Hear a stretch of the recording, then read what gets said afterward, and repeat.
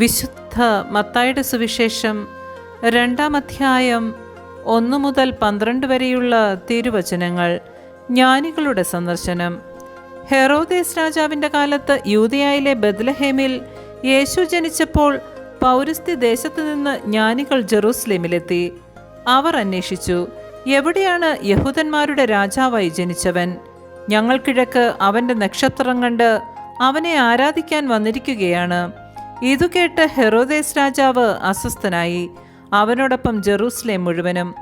അവൻ പ്രധാന പുരോഹിതന്മാരെയും ജനത്തിൻ്റെ ഇടയിലെ നിയമജ്ഞരെയും വിളിച്ചുകൂട്ടി ക്രിസ്തു എവിടെയാണ് ജനിക്കുന്നതെന്ന് ചോദിച്ചു. അവർ പറഞ്ഞു, യൂദയായിലെ ബെത്ലഹേമിൽ. പ്രവാചകൻ എഴുതിയിരിക്കുന്നു, യൂദയായിലെ ബെത്ലഹേമേ, നീ യൂദയായിലെ പ്രമുഖ നഗരങ്ങളിൽ ഒട്ടും താഴെയല്ല. എൻ്റെ ജനമായ ഇസ്രയേലിനെ നയിക്കുവാനുള്ളവൻ നിന്നിൽ നിന്നാണ് ഉത്ഭവിക്കുക.